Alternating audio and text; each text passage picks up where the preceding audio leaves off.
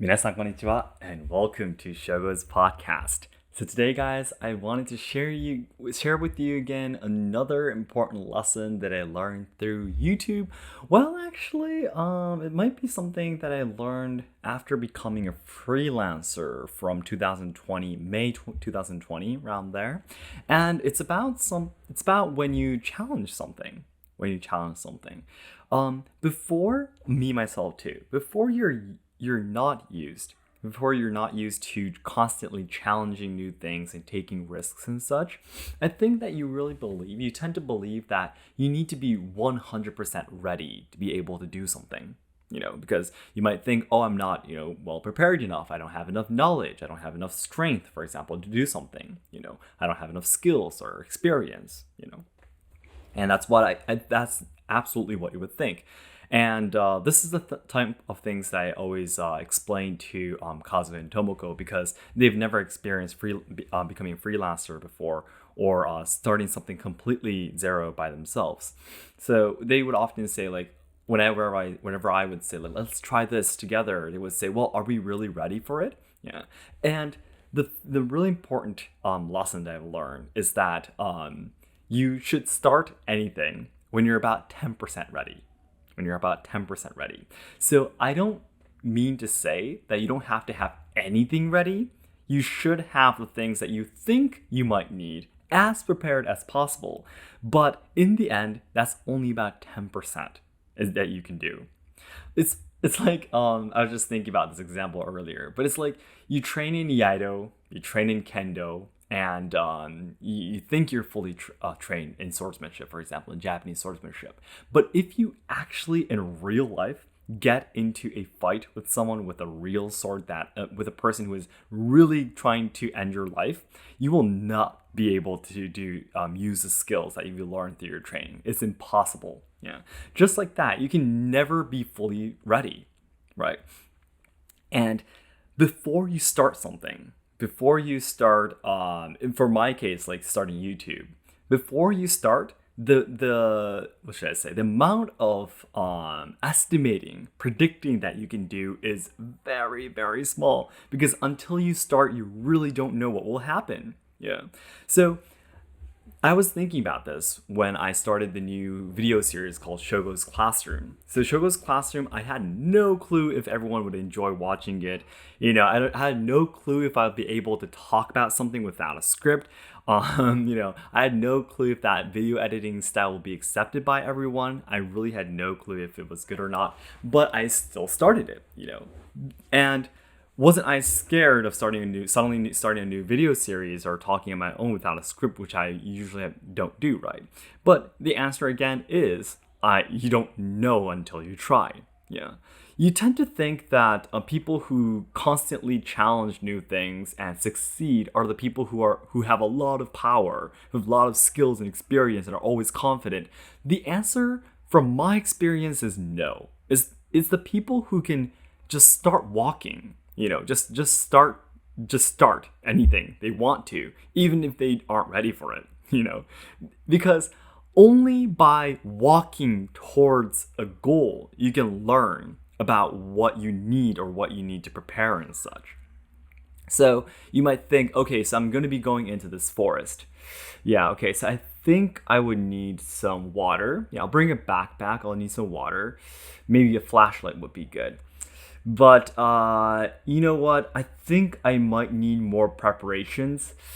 Let's go back to the village and let's overthink a little bit about think again about what we need to go into that forest. Yeah. That's the kind of thing that you would imagine, because that's what I thought too before any challenge, But what should I say?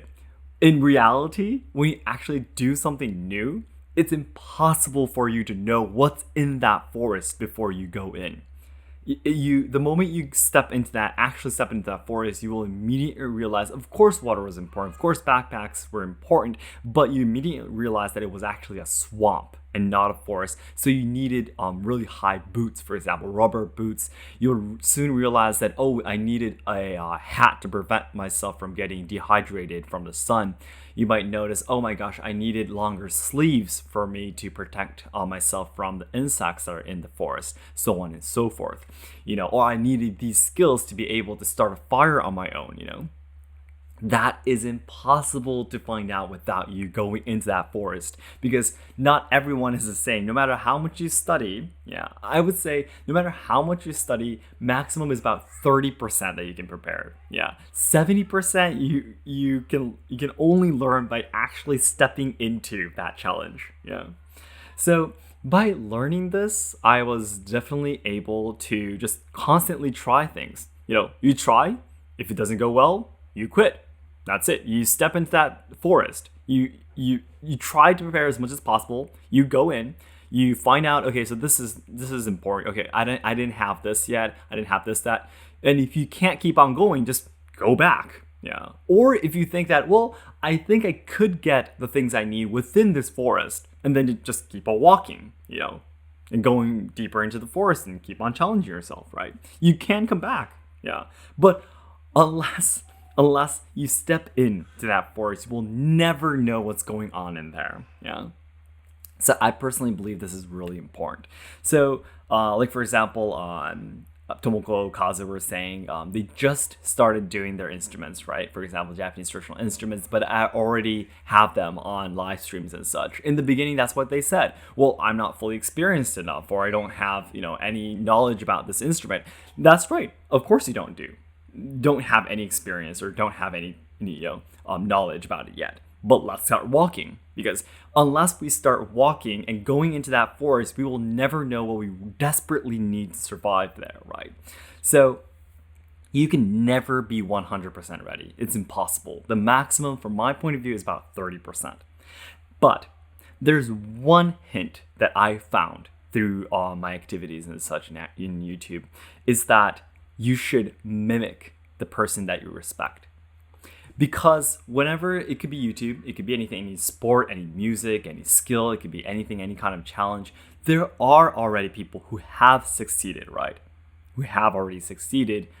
You should set them as a role model and mimic everything that you can learn from them, and you feel that they're doing, their mindsets, their actions, everything. So my YouTube channel is actually a combination of two very famous Japanese YouTubers in Japan that got very popular when I just started YouTube. So I basically mimicked everything they were doing. And that was my 10% to 30% preparation before I started YouTube. But from there, I noticed a lot of things. I've been talking about this a few times before in my live streams and such. But for example, the editing, how it's preferred in Japan is definitely not preferred outside of Japan. A lot of cuts, a lot of sound effects, a lot of pictures, so on and so forth, are definitely not preferred outside of Japan. The audience outside of Japan, for example, these are the things that can never be fully prepared of, right? But if you're afraid that I'm not even able to prepare 10% or 30% before going to the forest, the best thing you can do is to find the person who have already walked through the forest fully. You've done that completely, mimic everything he or she is doing. And then walk in the forest, and then find the actual skills and experience you need to adapt it to yourself. Because it's completely different. You're not that person in the end, right? So for challenging anything, this is something that I learned is really important. And this is why I will be able to continue to challenge new things without any fear. Because when you don't have this mindset, because I was really afraid of challenging anything myself too. What if I fail? What if people laugh at me? But in order for you to succeed, this is the only path that you have in the end. Because you never know until you try, right? So from now on, guys, please be excited about things I'm going to be challenging from now on as well. The merchandise, the tourism industry. And if I fail, I would say I failed. And it didn't go well. And I will tell you guys that it didn't go well. I will be quitting something or so on and so forth. That's how life is. That's what challenging is. Not everything goes well. If everything goes well, if you just challenge, then no one would fail, right? And life would be so easy. No one will be afraid of challenging if no one fails. But I'm definitely the kind of person who is eager to take the risks. To challenge new things. And of course, on the way, I will be protecting my team, protecting my family, of course. from the worst case scenarios, of course. But still, because I want to fully enjoy my life as much as possible, I'm really hoping to challenge anything that just simply comes to my mind. So then everyone, as I always say, the ultimate goal of my life is to make all Japan lovers' dreams come true. So I know there's a lot of people studying Japanese willing to come to Japan to study, travel, or work, or even train in traditional culture and such. However, I am very afraid that Japan will not be able to make everyone's dreams come true in the future because we're facing a lot of social problems, we are losing our traditional culture, and the younger generations who are supposed to be carrying on the good things about Japan are dying because of all the social issues being shoved against them. So I really want to dedicate my life to try to make Japan a better place. I want to try to solve the social problems, preserve and evolve traditional culture, and help out the younger generations so they can have a better future. And to do that, the nearest goal I have right now is to achieve 2 million subscribers by January 2023 on my main channel. So all your likes and comments will help to boost my videos to new viewers who have never seen my channel before. So it would be great if you can help me out. Thank you so much, guys. And I'm just really excited that there's a lot of things that are coming to my mind recently. And it'd be great if you have listened to this podcast this far. It'd be great if you could let me know in the comments, what else do you think are the things that I can do with my team, with the skills and experience that I have. I really am starting to feel that I'm still stuck in this shell that I have of previous experiences in my own life. I've been thinking, like, for example, I really do want to make someday some kind of animation work, like anime. Yeah. It'd be great if I could kind of like write the storylines, that I could work with someone so I can make an anime. That would be really cool. I want to make a anime which doesn't have any words. Yeah. I want it to be I want to make it into something that everyone can read, you know. So there's no words there, just the pictures. Yeah. And I do want to make something like that. And the pictures could be something really cute. Not like the real human, not really pretty and such, but something more of a character kind of thing. Yeah, and I want it to be about a samurai. I already have a storyline. I want it to be a story about basically almost like a ronin, who have felt that the typical bushido that the world talks about, that society talks about, has a lot of flaws. And he leaves his clan and he goes on a journey to find what real Bushido is about. That kind of anime. It's I'm thinking about the storylines right now. And by the way, I think this is something I've never talked about anywhere, but I originally loved writing novels, actually, of my own stories. And the best friend that I had when I was in middle school, who died when I was in high school, because I can write novels, he was writing a lot of pictures for me. Yeah, so that's one of the things I'm really looking forward to doing. So yeah, please let me know in the comments what else do you think I could do to just have more fun. And of course, whenever I make more profit, I really do want to shift that into preserving traditional culture or helping out younger generations by donating to the people who are living in poverty in Japan and so on and so forth. So yeah, I'm really just simply looking forward to doing all of these things in the future. Okay, thank you so much for listening, guys. I'll talk to you again soon.